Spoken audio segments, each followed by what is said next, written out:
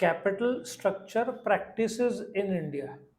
Now, if you understand India का जो 12 lakh companies है और दूसरे ऑर्गेनाइजेशन है, उनका बैलेंस शीट यदि आप चेक करोगे तो आप पाओगे कि इंडिया का कर्जा लेने का जो है ना बहुत ज़्यादा है ऑर्गेनाइजेशन का।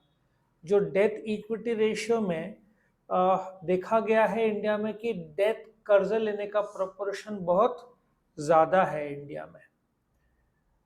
यदि कंपेयर किया जाए long term borrowing to short term borrowing, देखा जाता है कि इंडियन ऑर्गेनाइजेशन में, कंपनी नहीं बोल रहा हूँ, दूसरे संस्थाएं भी है, लोग लॉन्ग टर्म लोन ज्यादा लेते हैं as compare to short term loan, ये देखा गया है।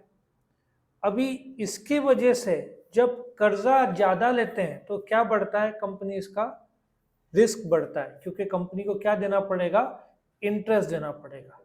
और ऐसे भी कुछ कंपनी पे इल्जाम लगा है, number 1 jet Airways, number 2 Kingfisher airlines, दोनों ने कर्जा तो लिया लेकिन पैसा डाइवर्ट कर दिया।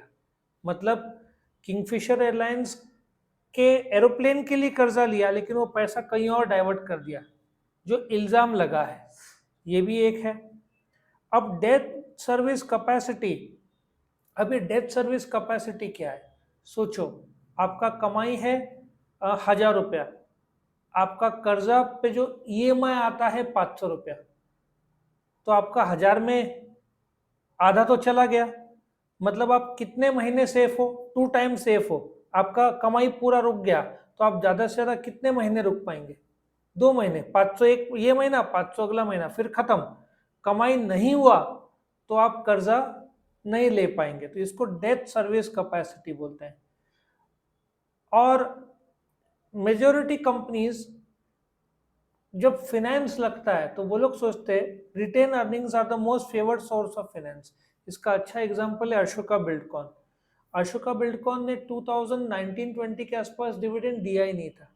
उनका मानना था कि जो 22 स्टेट्स में वो लोग एटलीस्ट ऑपरेट कर रहे हैं, अशोका बिल्डकॉन नासिक का कंपनी है, तो जो रिटेन अर्निंग्स है, जो उनका जैसे प्रॉफिट का वो हिस्सा जो डिविडेंड में नहीं दिया जाता है, उसको रिटेन अर्निंग्स बोलते हैं।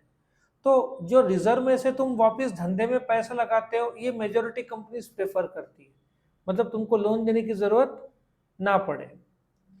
और हाइब्रिड सिक्योरिटीज, मतलब equity share, preference share, debenture, जैसे मिक्स ऑफ सिक्योरिटीज कंपनीज काफी इशू करते हैं। और देखा जाए तो equity capital as a source of funds बहुत सारे लोग प्रेफर नहीं करते। उसका कारण है इंडिया में इक्विटी शेयर होल्डर्स के एक्सपेक्टेशन बहुत ज्यादा है। द मोमेंट आपने उनको डिविडेंड नहीं दिया तो शेयर का रेट जोर से गिरता है, इसलिए कंपनी इक्विटी शेयर को ज्यादा प्रेफर नहीं करती है। इसमें भी आजकल आईपीओ, जो पहली बार पब्लिक लिमिटेड कंपनी बाजार में जाती है, इसका ट्रेंड काफी बढ़ रहा है। ठीक है, so capital structure practices in India में लोन काफी ले रहे हैं, इक्विटी कम है, और जो हफ्ता भरने के लिए कमाई है कभी कभार इनएडिक्वेट हो जाता है इंडिया में, तो इसलिए बहुत सारे कंपनी बंद होने का खतरा रहता है, अच्छे अच्छे कंपनीज बंद हो जाते हैं। वीडियोकॉन एक लाइव एग्जाम्पल है। ओके, सो ये capital structure practices in India था।